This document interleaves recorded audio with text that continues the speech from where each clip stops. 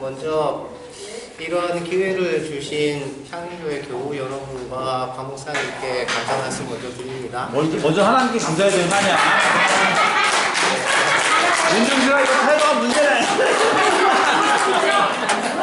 네, 처음 기회이자 어쩌면 마지막 기회가 될지도 모르겠습니다만. 무슨 말씀을 많이 하셔야지 학교 가시면. 네, 오늘 프레젠테이션에서 본 제목이 긴 제목에서 앞에 두 줄은 오늘 많이 얘기를 안 할 겁니다. 그거는 좀 이론적인 얘기들이 좀 많이 들어가서 조금 줄이고요. 요 뒤쪽 얘기 어차피 그리고 좀 고국의 얘기라서 관심이 좀 많으실 테니까 뒤쪽 얘기에 좀 주목을 하도록 하겠습니다. 그러면 잠깐만요.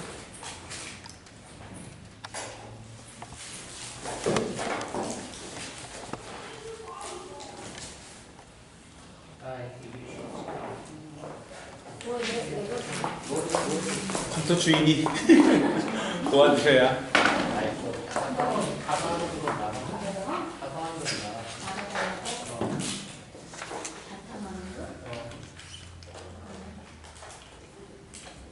오늘 잘하세요.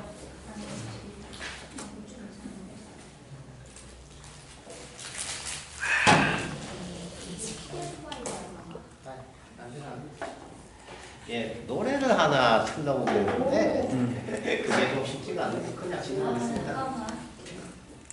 목사님 직접 부르시면 안 될까요? 그게 낫겠다. 아니 저기 안 나오면 불러주셔야지. 노래는 아시죠? 이거 무슨 노래인지? 모르죠. 몰라요. 처음 들어보시죠? 왜 이렇게 하시면 안 된다는 거예요. 높은 가지를 흔드는 매미 소리에 묻혀 내 흔든 소리는 아직 노래가 아니요 풀리벗고 이슬 한 방울 내리지 않는 지하도 콘크리트 벽 좁은 틈에서 숨 막힐 듯 또하는 흐름 그러나 나 여기 살아있어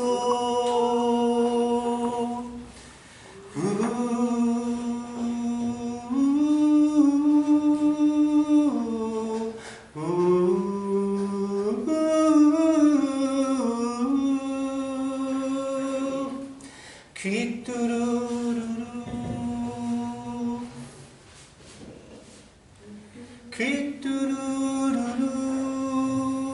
귀뚜루루루 보내는 내 타전 소리가 누구의 마음 하나 울릴 수 있을까 누구의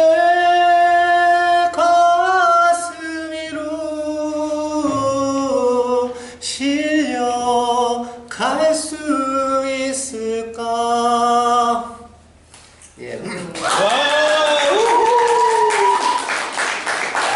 이게 누구 노래예요? 치환의 귀뚜라미라는 노래. 안치환의? 네.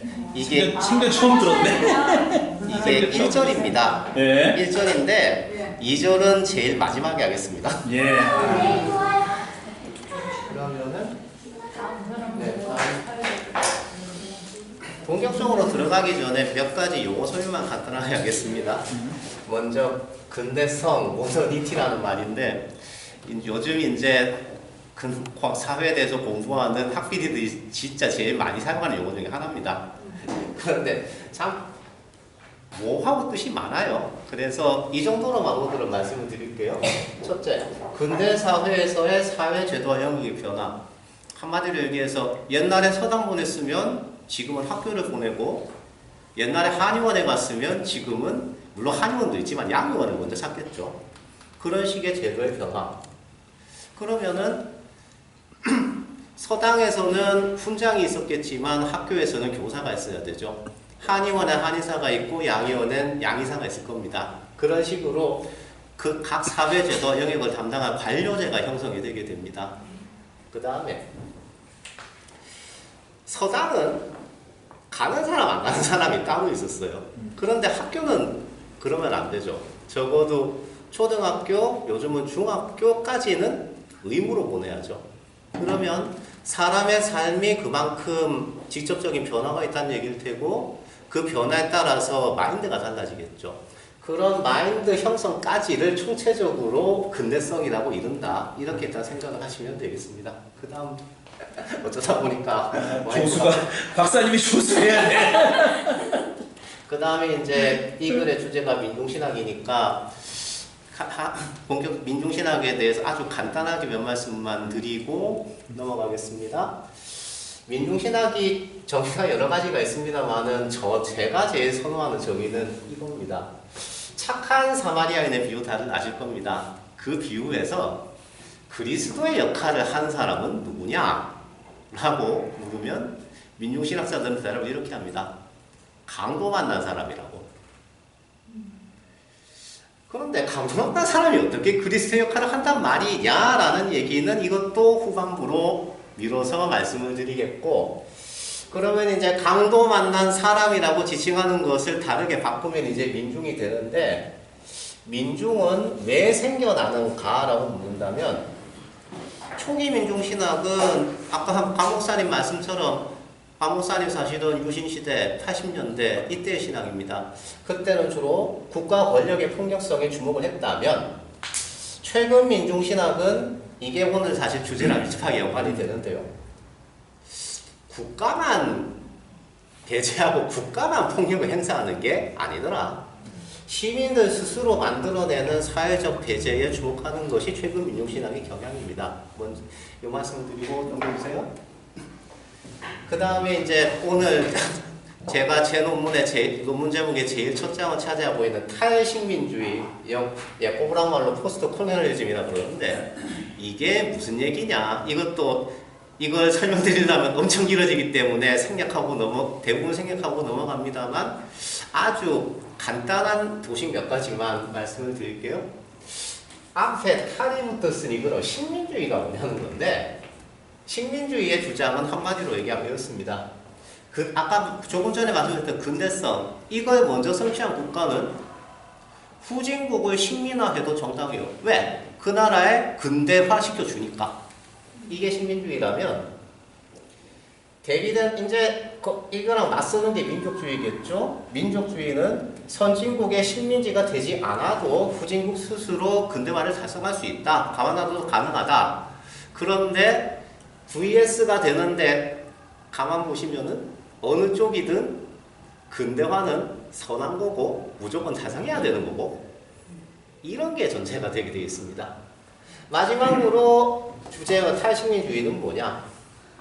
후진국은 선진국의 식민화를 통해 이루어진 근대화, 그러니까 근대화라는 게 어쩔 수 없이 식민화된 나라는 식민화를 통해서 근대화됐다는 거예요. 그건 인정하는데, 그러나 그렇게 되었기 때문에 계속 사회적인 문제가 발생을 한다. 그것은 식민화로 이루어진 경로 때문에도 그렇고 근대 그 자체가 가지고 있는 문제 때문에도 그런 점이 있습니다. 그래서 탈식민주의는 언제나 탈근대라는 말하고 두 개가 구별이 되든 동행을 하든 그렇게 하게 되어 있습니다. 아직. 제가 이제 여기서 한 가지 좀 비유를 하나 드리면 이렇습니다. 어떤 나라가 이제 미국이라고 합시다. 영국이 낫겠네요. 영국이 어느 나라를 식민화해서요, 그 나라 아이들에게 영어를 가르쳤다고 칩시다. 그러면 식민주의자들은 이렇게 말할 겁니다. 너네들한테 영어를 가르쳐 줘서 니네가 그걸 써먹어서 더 발전할 수 있게 되지 않았냐? 민족주의자는 너네한테 영어 안 배웠어도 우리가 언젠가는 영어를 배웠을 거다 라고 말하는 게 민족주의라면, 탈식민주의자는 이렇게 말을 할 수가 있습니다. 오케이, 우리 니네한테 영어 배웠다, 인정. 그런데 그거 아니야? 니네한테 영어를 배워서 말이야, 우리가 이제 니네들 들으라고 영어로 니네들을 욕을 할 수가 있게 됐어. 그렇게 갈라집니다. 예, 다음 넘겨주세요. 속속 들어오네. 이제 본격적으로 시작합니다.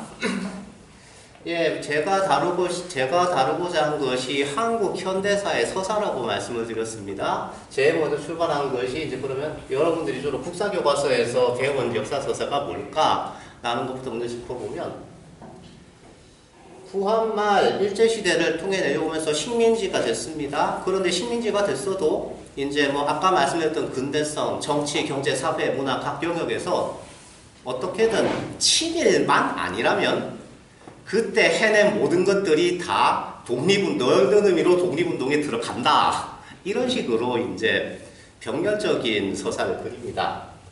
그래서 이제 해방이 됐어요. 해방이 됐는데 이제 분단이 됐죠. 그런데 그 분단을 서술하는 방식이 남한의 교과서니까 당연히 남한, 대한민국을 우선으로 하겠죠.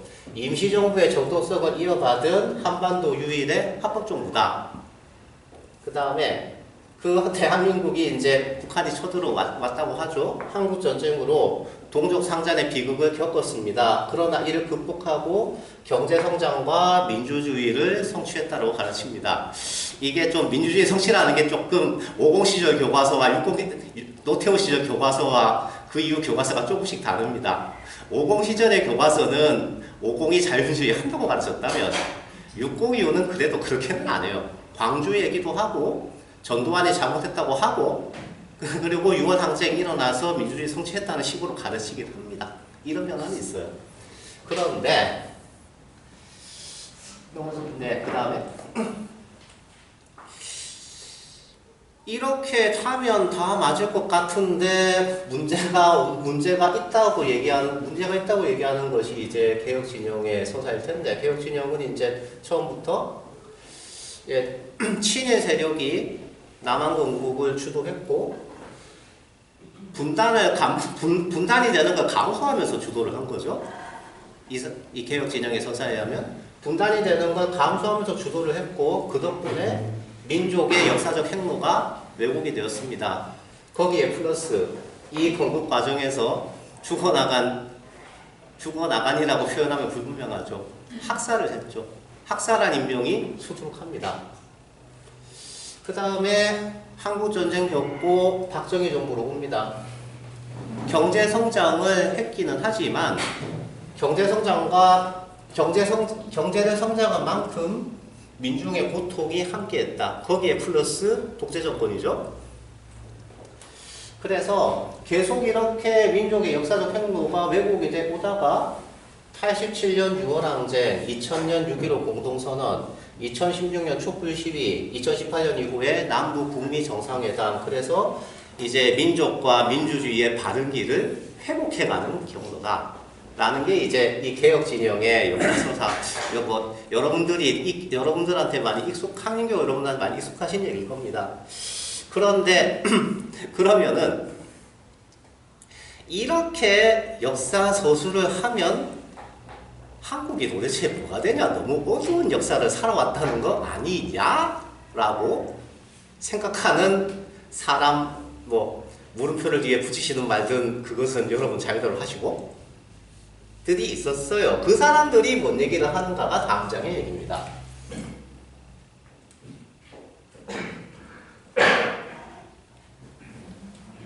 보수 진영이 이제 일단은 수정이라고 하겠습니다. 여기서는 말하자면은 속칭 뉴라이트 얘기가 여기 얘기입니다. 여기 들으시면 이제 아까 제가 국사교과서를 얘기할 때는 그때는 다 뭉뚱그린다고 했습니다. 정치, 경제, 사회, 문화 뭐든 다 뭉뚱그려서 독립운동, 근대 이렇게 뭉뚱그리라고 했는데 이 사람들은 이제 남한의 근대성은 이 사람들이 주로 발전시켜 왔다고 계보를 걸어요. 어떤 계보냐? 구한말에는 급진교합파, 갑신정변 일으키고 나중에 갑신정변 일으키고 나중에는 일본에 협력하는 급진교합파, 그 다음에 일제시대에는 신령의 양성파, 그 다음에 해방후에는 자유민주주의 세력. 이 세력들이 아까 말씀드렸던 근대성에 근거한 사회를 운영할 사회 운영 역량을 계속 갖춰온 세력들이다라는 이런 식의 계보를 그립니다.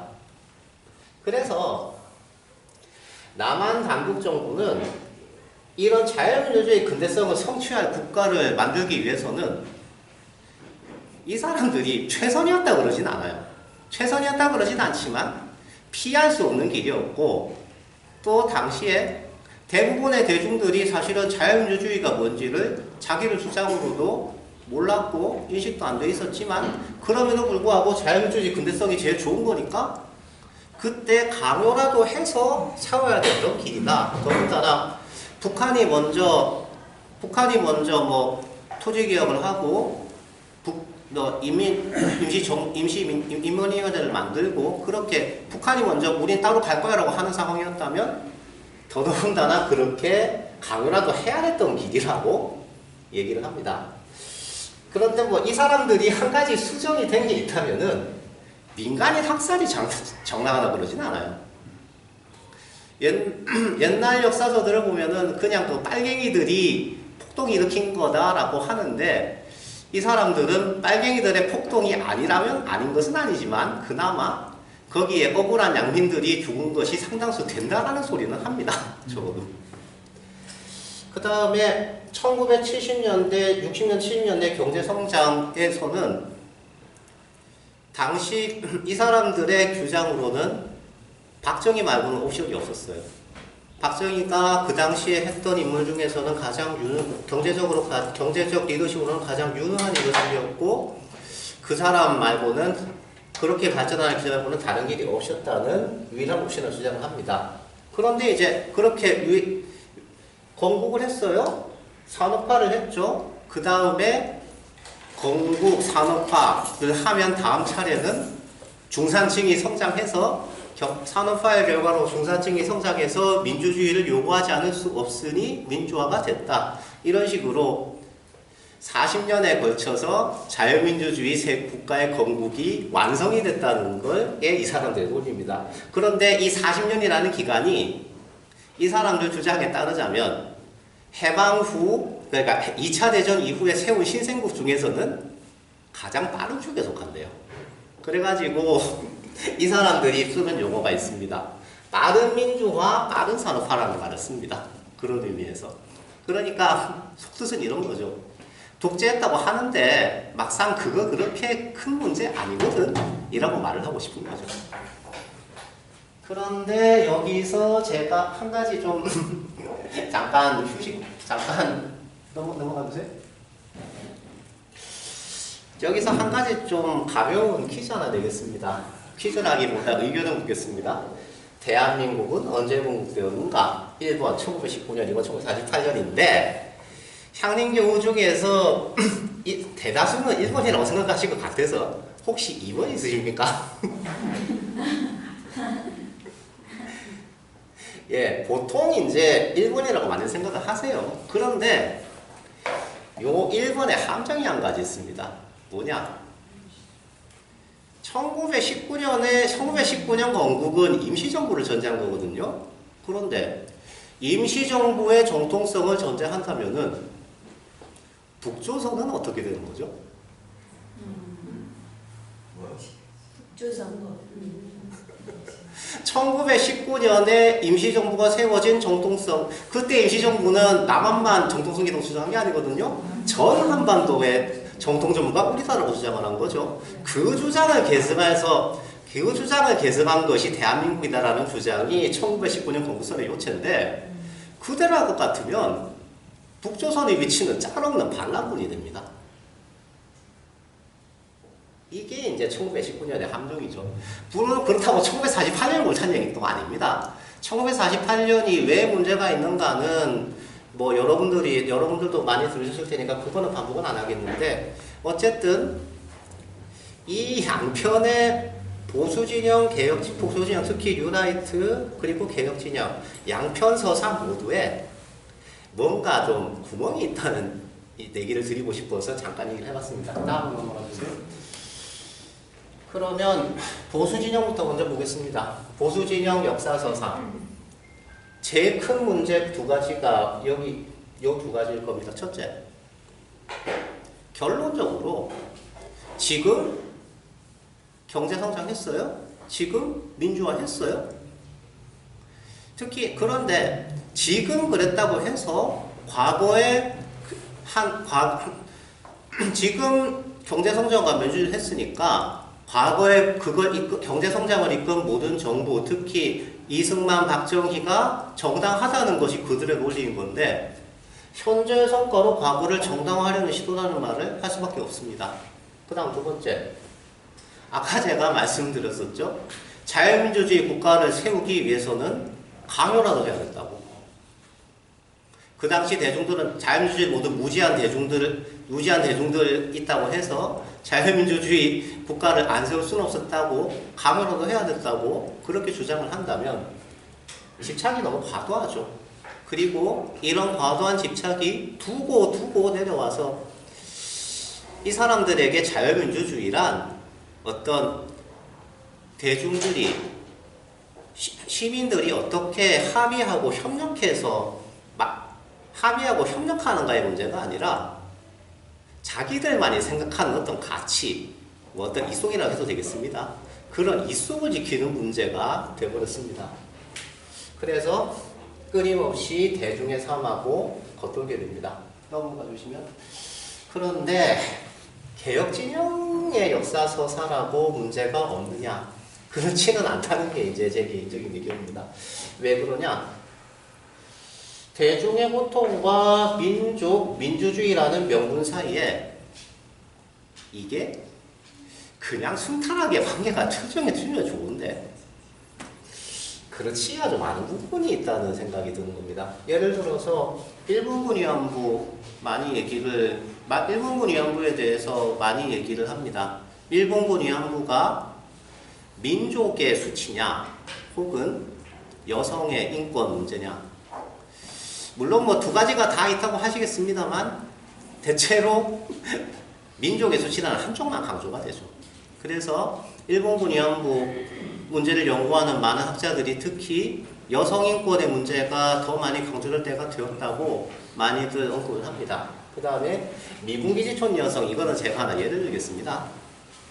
어느 책에서 읽었는데 한국의 이제 전직 미군 기지촌 여성이고 기지촌 여성 문제를 해결하기 위해서 일하는 활동가가 미국의 순회 강연을 돌았답니다.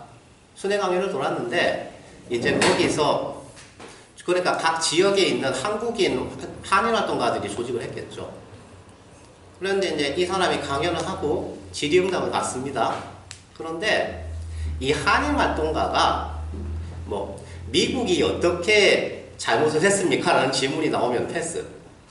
그런데 당신은 여성으로서 그걸 어떻게 경험했습니까? 혹은 당신이 종교인인 걸로 아는데 그건 종교가 당신의 삶을 극복하는데 당신의 삶을 살아가는데 어떤 영향을 줬습니까? 하는 질문이 나오면 그건 지금 여기서 물을 짜린 거 아니다라고 잘랐대요. 그 다음에 나머지 두 가지는 이것이 가장 제가 강조하고 싶은 핵심이고 나머지 두 가지는 간단하게 설명을 드리면 분단 문제. 물론 이제 개혁 진영의 입장에 서면은 분단 문제의 제일 주범은 미국일 테고 제2주범은 미국의 뜻과 이제 보조를 맞춘 이승만 진영일 겁니다.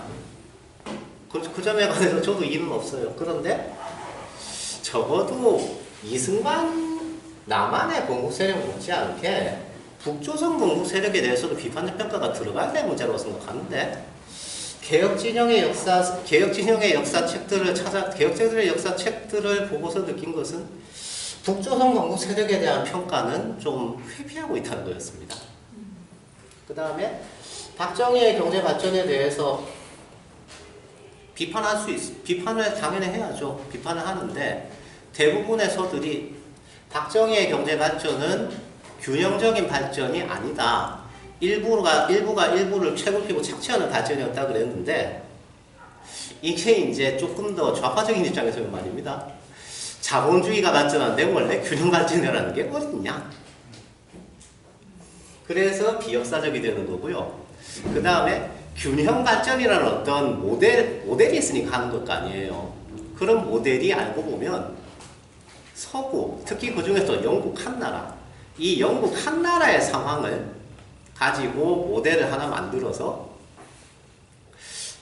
만들어서 그걸 가지고 한국에 적용시킨 그러니까 서구의 얘기를 비판 없이 받아들였으니 여기서 아까 얘기했던 식민주의라는 말까지 같이 나올 수가 있는 겁니다. 그런 얘기가 있고 그래서 결국은 그런데 결국은 양쪽 모두 이 한국이 이루었다는 두 가지의 성과, 산업화와 민주화라는 성과를 둘 다 어쨌든 수긍을 해요. 수긍 안 할 수가 없는 문제겠죠.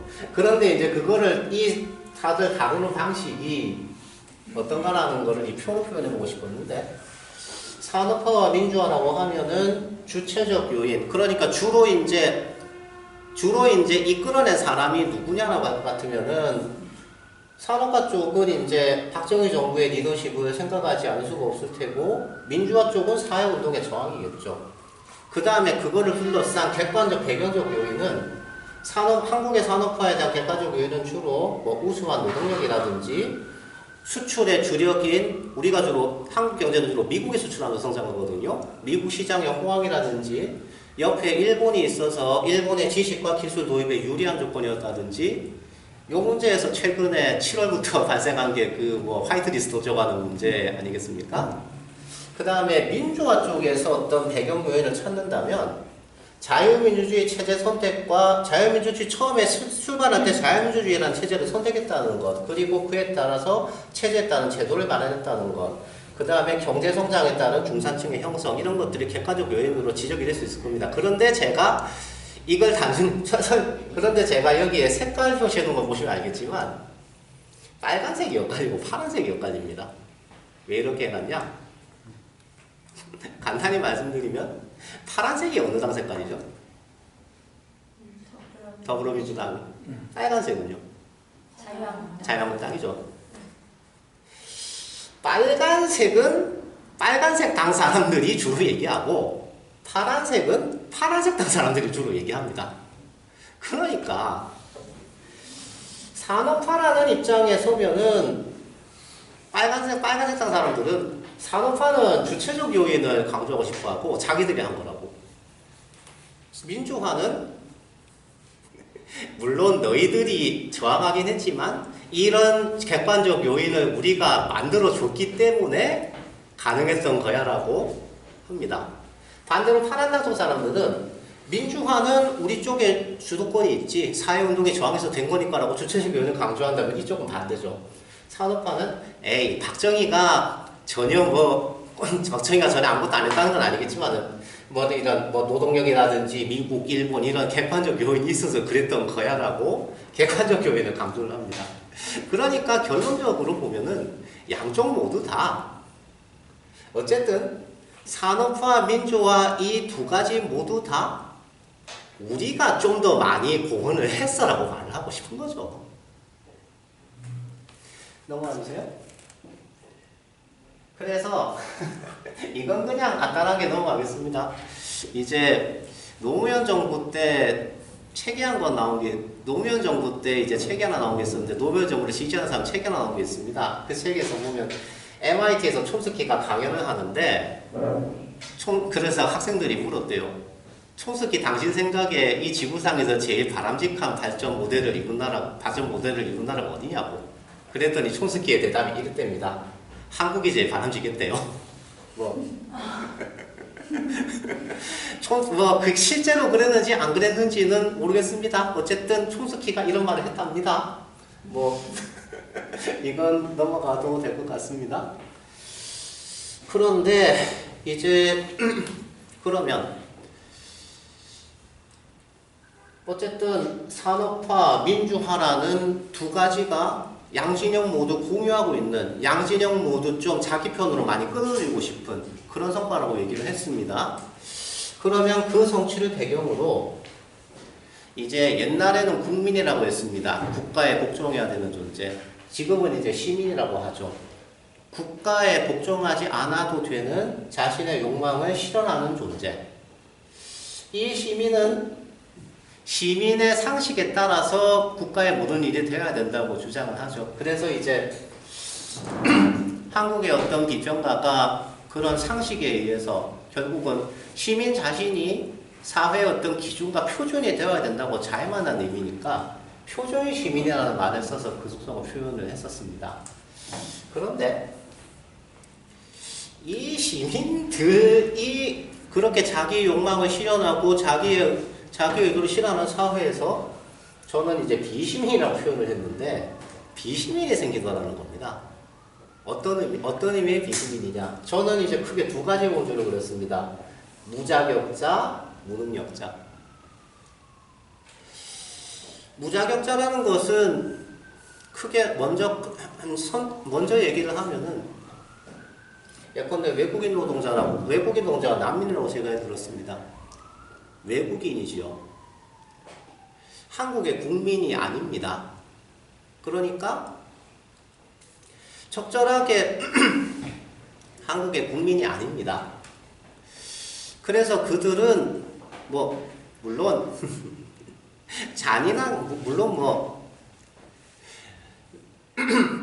외국인 난민을 예컨대 아직 서구식으로 난민은 다 추방해 뭘 해야 돼 식으로까지는 안 나가긴 했습니다만 한국 사회가. 그러나 어떻게든 들어오는 걸 경계를 하고 될 수 있으면 없는 게 좋고 막아야 하고 그런 존재인 것은 분명합니다.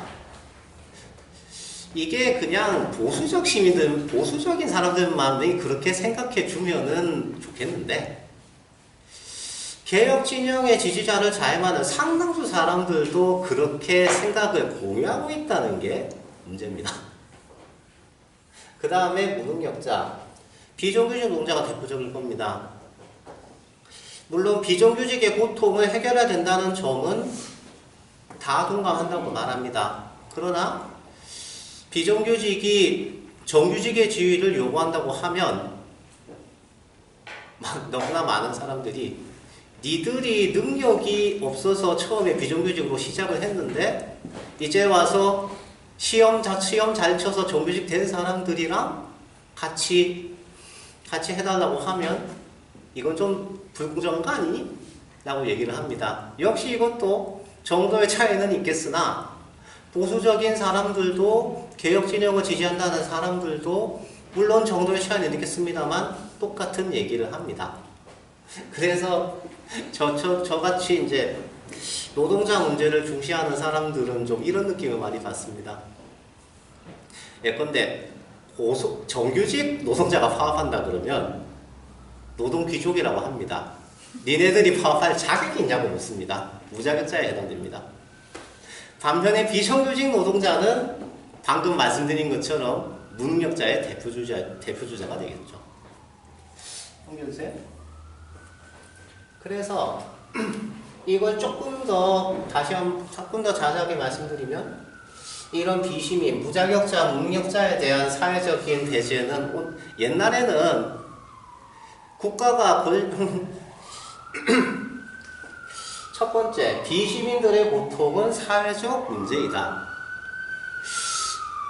아까 말씀드렸지만 유신 시절에는, 오공 시절에는 이 문장 자체가 필요가 없었겠죠. 그냥 국가가 하라는 대로 하면 그만이지 니들이 못나서 그런 걸 뭘 누구한테 따져라고 그렇다면은 지금은 그렇게까지만 안 합니다. 비시민들의 고통이 사회적 문제라는 점은 동감을 할 겁니다. 그러나 그것을 인정한다고 해도 너희들은 역시 무자격자나 자격이 부족하거나 능력이 부족하다는 점은 부정할 이유는 없다. 그러니까 오히려 문제가 보이는 측면이 있어요. 차라리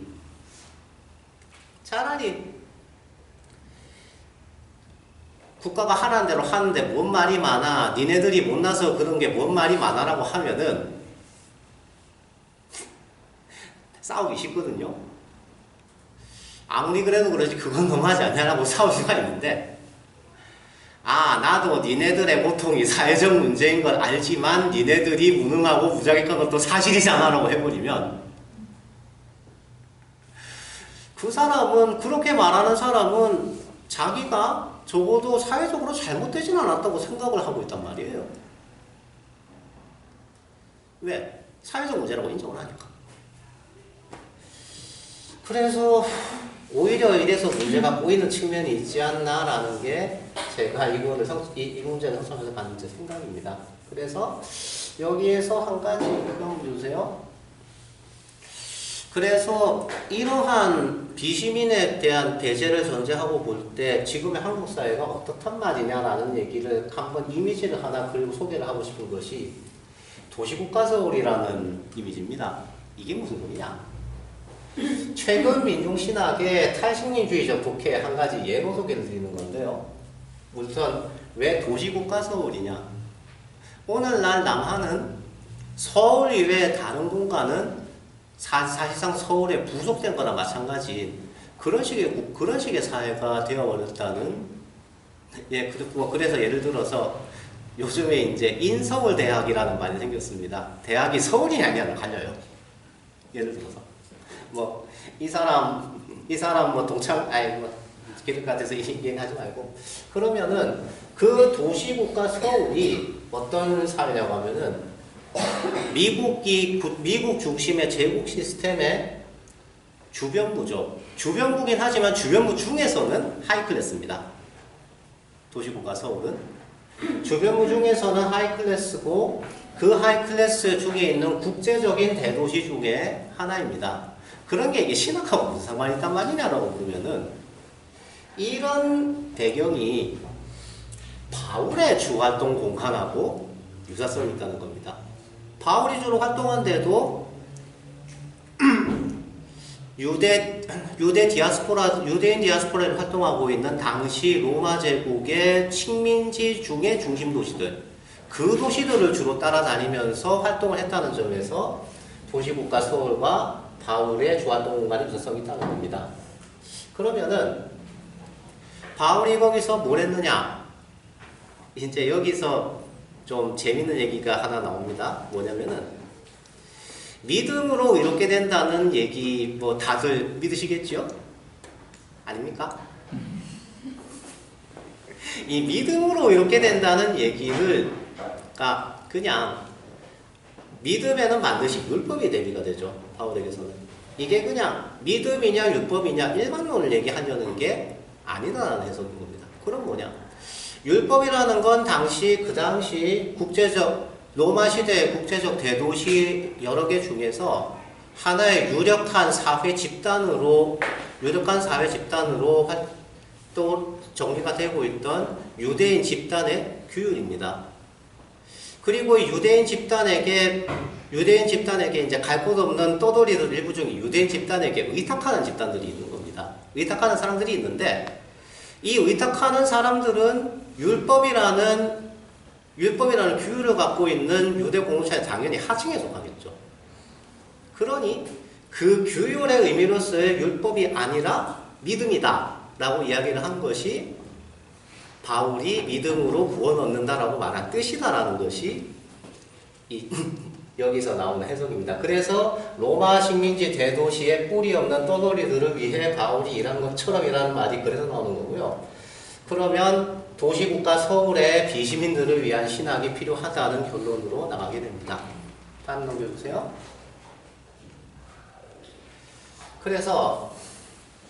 그러면 도시국가 서울의 비시민들을 위한 신학이 필요하다고 해서 다시금 여기에서 이제 민중신학이라는 것을 소환하게 되는데, 민중신학이라고 했으니까 민중이 누구인가라는 질문을 저도 참 많이 받습니다. 그런데 여기에 대해서 초기 민중신학은 이 질문이 나오면은 그런 질문은 잘못된 질문이라고 그럽니다. 왜냐?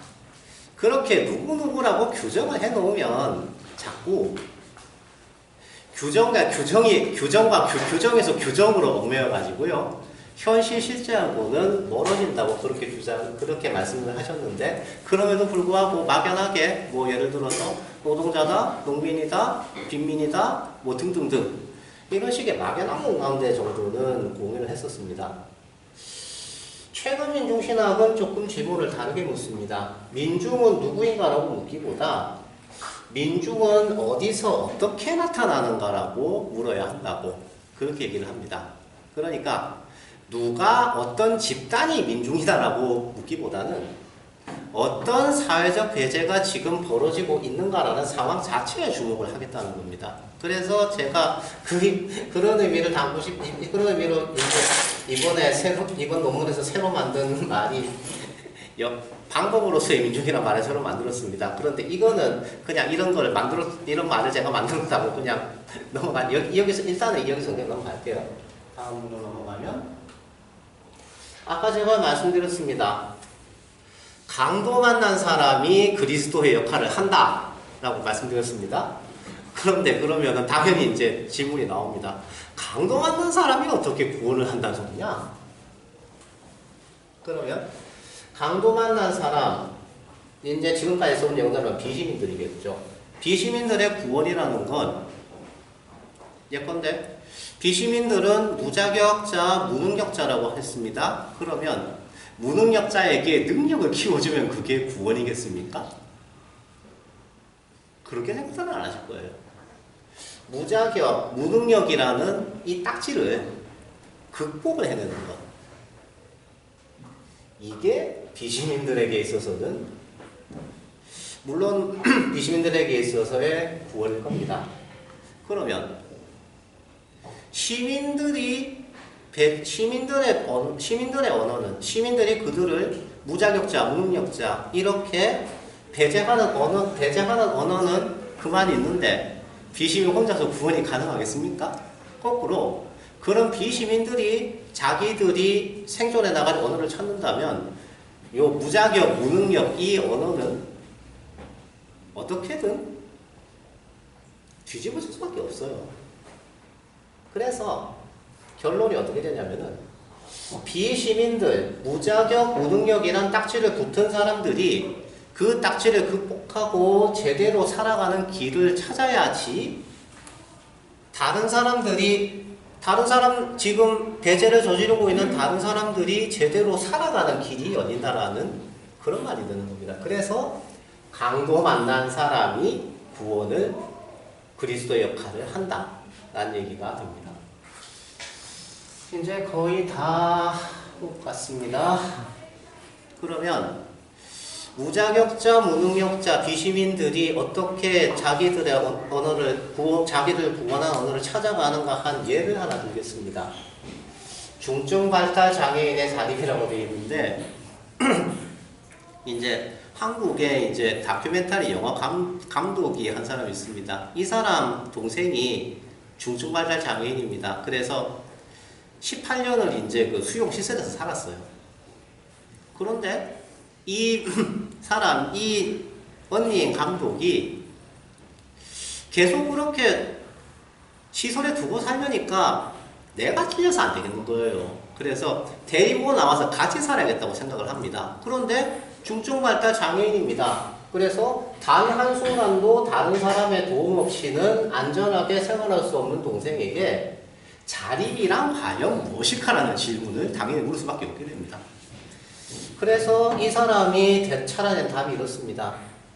자립은 누구의 도움도 없이 혼자서 모든 것을 해낼 수 있게 되는 것이 아니다. 다양한 사람들의 도움과 보살핌 속에서 세상에 다시 없는 존재로서의 자기 다움을 위한 여행을 계속하는 것이다. 라는 게 이 사람이 찾아낸 답입니다. 그래서 이 사람의 동생에 관해서 가벼운 에피소드 하나 더 소개를 해드리면 이제 데리고 나왔어요. 같이 살기 시작했습니다. 이 사람 동생이 그 장애인 동생이 노래 부르는 걸 상당히 좋아합니다. 그래서 장애인 야학에 마침 노래 부르는 프로그램이 있다 그래서 거기 가면 좋아하겠지 그러고 보냈어요. 근데 안 맞아요. 영 재미없어요. 그래서 방법을 바꿉니다. 노래 선생을 한 사람 데려와서 개인 수업을 하는데 그 동생이 좋아하는 음악으로부터 시작을 합니다. 그러니까 상당히 잘 돼요. 동생은 그럼으로써 하나의 삶에 여기에 말하는 자립의 하나의 더 예를 얻어가고요. 예, 여기까지 왔고 이제 마지막으로 아까 제가 1절이라 그랬는데 이제 2절입니다. 일단 뭐 노래 부르고 제가 하고 싶은 말씀을 마지막으로 드리겠습니다. 지금은 매미떼가 하늘을 찌르는 시절 그 소리 거치고 맑은 가을 하늘이 어린 풀숲 위에 내려와 뒤척이고 계단을 타고 이 땅 밑까지 내려오는 날 발길에 눌려오는 내 울음소리 그러나 나 여기 살아있어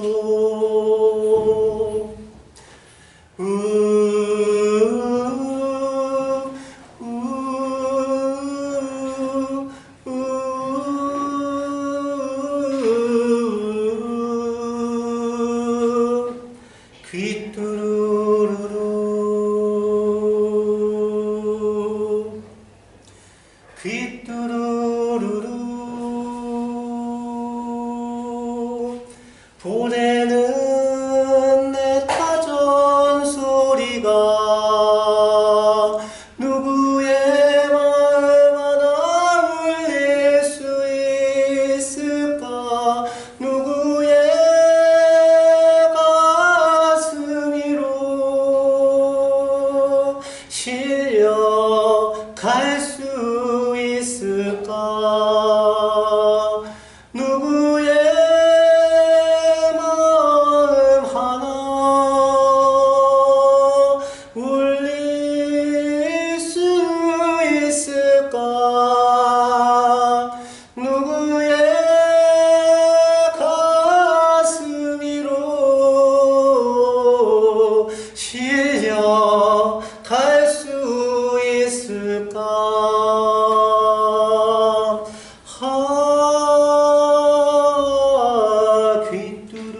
귀뚜루루루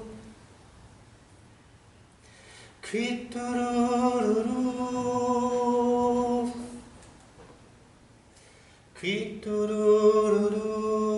귀뚜루루루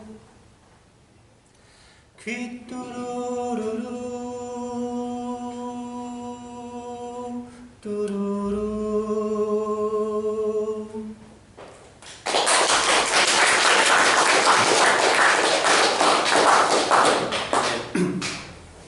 매미떼가 하늘을 찌르던 시절이 지나서 맑은 가을 하늘이 어린 풀숲 위에 내려와서 뒤척이고 계단을 타고 이 땅 밑까지 내려왔는데 귀뚜라미는 여전히 발길에 놓여오고 있습니다. 그래도 나 여기 살아있다고 노래합니다. 제가 처음 이 논문을 시작할 때부터 지금 논문 통과된 이 순간까지 계속 염두에 뒀던 것이 바로 이 소리입니다. 발길에 눌려오는 내 울음소리 그러나 나 여기 살아있어. 마치겠습니다.